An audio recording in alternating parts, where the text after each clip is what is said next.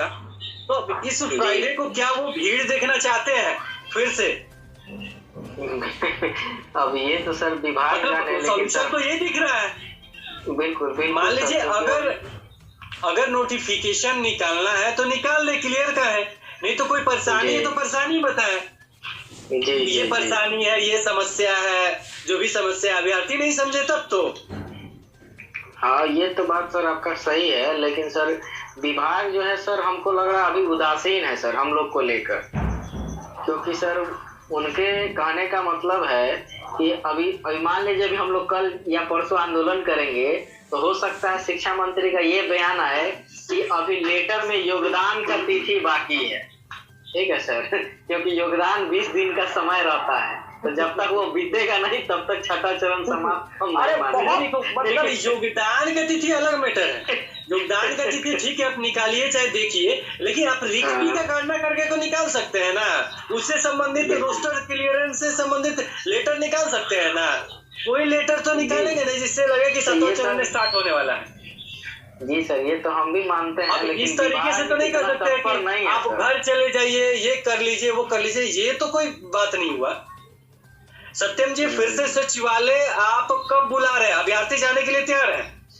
शुक्रवार के दिन ज्यादा से ज्यादा।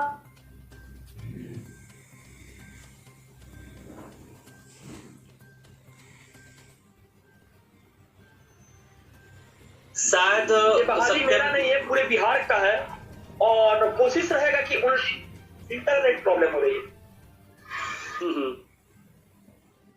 हेलो, हाँ आवाज आ रहा, बोलिए जी, आवाज आ रहा, बोलिए।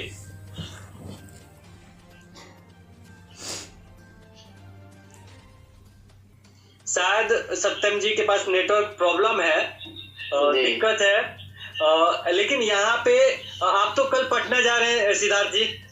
जी जी। तो कल भी आप थोड़ा सा कोशिश कीजिएगा मिलने का, सचिवालय में हो या प्रधान सचिव से, जिससे भी हो मिलने का कोशिश कीजिए। पहला चीज ये क्लियर होना चाहिए कि कहना क्या चाहते हैं जी, वो क्लियर रूप से कहना क्या चाहते हैं। आने वाला शुक्रवार के दिन कहना मैं यही चाहता हूँ कि आने सिद्धार्थ जी, सत्यम जी शायद लाइव नहीं हो पा रहे, कारण वही नेटवर्क प्रॉब्लम है।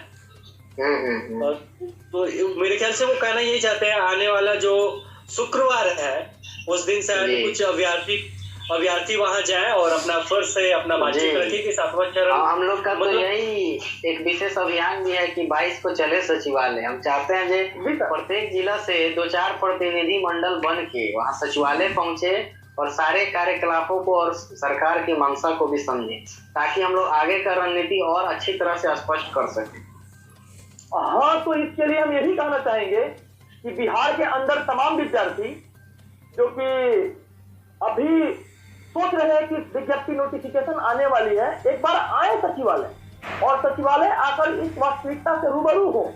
रूबरू कहने का मतलब ये हुआ कि जो आप अंधकार का समय में जी रहे हैं, जो जादू टोना का समय में जी रहे हैं, दूसरे के बातों के लिए जी रहे हैं, उस बातों से ऊपर उठकर अपनी जिंदगी के लिए आप सचिवालय आइए।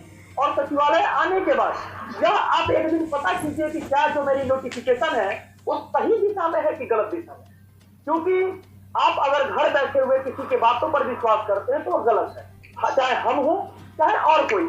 इसलिए सचिवालय ज्यादा से ज्यादा मात्रा में आइए, क्योंकि जीवन का वो 4 शुक्रवार, याद रखिएगा इस बात को, जीवन का वो 4 शुक्रवार जो अगर आप मिस कर दिए तो आने वाले कोरोना वायरस में बीएड क्वालिफाइड और जो पास आउट है 10th और 12th, वो 90% और 89% भी लेकर आए हैं। आपका मेधान किस स्थिति में जाएगा आप समझ लीजिए कि आपका बहाली में कौन सा स्थान रहेगा।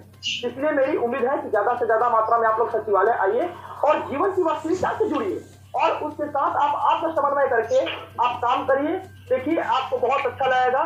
टीम चाहे कोई भी हो, चाहे क्षेत्र कोई भी हो, चाहे समन्वय कोई भी हो, चाहे संप्रदाय कोई भी हो, उसके अंदर रहकर आप भी एक मनोवृत्ति को अपनाइए और सचिवालय आने का कोशिश कीजिए, क्योंकि पटना का कनेक्टिविटी हर जगह से 4 से 5 घंटा का है और 5 घंटा आपके जीवन के लिए एक बहुत बड़ा अधिपत्य साबित होगा। इसी अभिप्राय को देखते हुए आप शुक्रवार के दिन सचिवालय आने का कोशिश कीजिए। मैं आपको दिल से सैल्यूट करता हूँ और आपका स्वागत करता हूँ। आप आइए एक दिन देखिए। जी सर, बोला जाए। चलिए, ये शुक्रवार को अभ्यर्थी मतलब वो चाहते हैं कि कुछ अभ्यर्थी वहां जाए, तो जाके आप सत्यम जी से मिल सकते हैं। सिद्धार्थ जी भी रहेंगे इस फ्राइडे को।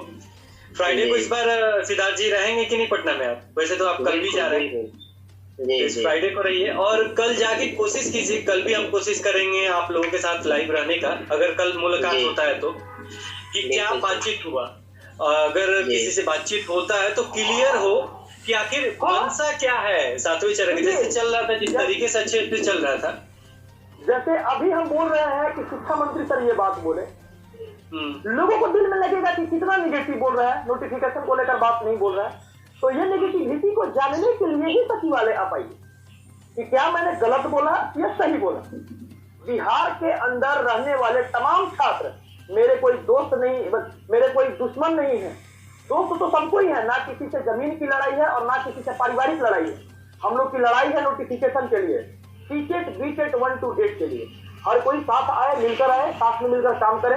और सर, आपके चैनल के माध्यम से ये भी कहना चाहेंगे कि बिहार के अंदर रहने वाले तमाम विद्यार्थी जो कि एक से एक कदम मिलाकर साथ चले और नोटिफिकेशन लाने का एक मार्गदर्शन ढूंढे। जी सर। जी, अच्छी बात है। और यहाँ पे हम इस लाइव सेशन को एंड भी करेंगे और कल फिर से जुड़ने की कोशिश करेंगे। और कल आप पटना में हैं ही, तो आप लोग भी कोशिश कीजिए कि एक मुलाकात हो जाए। प्रधान सचिव अगर फ्राइडे को मिलते हैं तो फ्राइडे को रहेंगे, और भी अभ्यर्थी निश्चित रूप से आएंगे ही। और आप लोग कोशिश कर ही रहे हैं, लेकिन जिस तरीके से कहा गया ये निगेटिव था, इस तरीके से कभी भी किसी को नहीं कहना चाहिए। नहीं तो वास्तविकता रखने की इस कारण से हम नहीं कर रहे, क्लियर हो जाएगा। वास्तविकता रखने की इस कारण से नहीं कर रहे। अब जब नियुक्ति पत्र मिल गया उसके बाद कह देते कि ठीक है रोस्टर के लिए हम काम करेंगे, उसके लिए लेटर निकालने का काम करेंगे, इसके बाद हम आपको 7वां चरण दे देंगे। नहीं तो क्लियर करें कि हम नहीं करना चाहते हैं, बात ही खत्म हो जाएगा। लेकिन जब रिक्त सीट है, 50% आपने रिक्त सीट रख लिया, 50% में बहाली हुआ, 50% रिक्त सीट, उसका तो वैकेंसीज निकलना चाहिए जब सारा प्रोसेस पूरा हो गया तो। 56% ही बहाली हुआ है सर, 50% नहीं हुआ है। हाँ, 50% से भी कम हुआ। चलिए सत्यम जी, आपको बहुत बहुत धन्यवाद जो आप कार्य कर रहे हैं, बहुत ही अच्छे तरीके से। अभी भी शिक्षा मंत्री के घर के सामने है सर, देखिए मेहनत इसको कहते हैं। अब क्या कहें, रात में इंतजार रहता है कि कभी आए, मुलाकात हो। एक जिंदगी जो है अधूरा हो गया है। ये मेरे ही लिए ही नहीं बल्कि बिहार के तमाम छात्रों के लिए अधूरा हो गया है। इस मेहनत को समझे सब कोई। किसी से मैं कुछ मांग नहीं रहा हूँ, मांग रहा हूँ तो 4 सप्ताह उनसे मांग रहा हूँ, समय मांग रहा हूँ कि आप भी पटना आइए। रिक्वेस्ट है, आप जिंदगी की वास्तविकता से जुड़िए और देखिए कि मेरे साथ क्या हुआ। जो पिछले 3 साल जो हम लोगों ने खर्च किया, उस नतीजा को देखिए, आइए और मेहनत कीजिए साथ में। जी सर, थैंक यू। अब यहाँ सुधीर जी का भी कहना है कि हम सीतामढ़ी से आएंगे।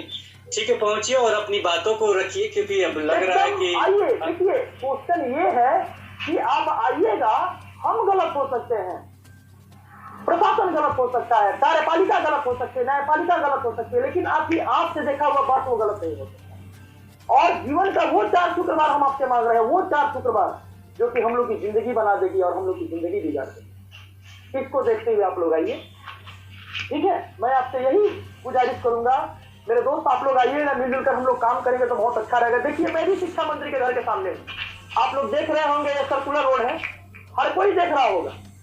मैं भी चाहता तो अभी घर पे बैठा रहता, यहाँ से जाऊंगा फिर घर अभी काम करने के लिए अपने। लेकिन ये चीज देखिए आप लोग, यहाँ हम मेहनत करने के लिए आए हुए हैं और आप लोगों को मोटिवेट करते हैं कि आप लोग आइए और अपनी जिंदगी की वास्तविकता को देखिए कि मैंने गलती की है कि सही किया आज तक।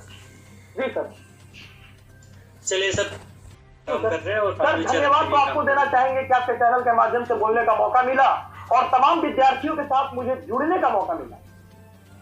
और भी बहुत सारे अभ्यर्थी लगातार, जो भी अभ्यर्थी को अभी ये लगता है उनका माइंडसेट जो हो गया है, जब आएगा तो सबके लिए आएगा, तो भैया मेरे आपको कहना है कि ऐसे मानसिकता मत रखा कीजिए, क्योंकि अगर लेट हो गया ना सर तो आप नौकरी से हाथ धो बैठेंगे और फिर तो नॉर्मल है, क्योंकि अब जो मेगा पारिवारिक और मानसिक सब रूप से आप बहिष्कार किए जाएंगे। तो ये चीज समझिए, आगे आइए, सक्रिय होइए और अपना योगदान दीजिए। आप मेरे लिए नहीं सर, आप स्वयं, आपकी नौकरी की का सवाल है।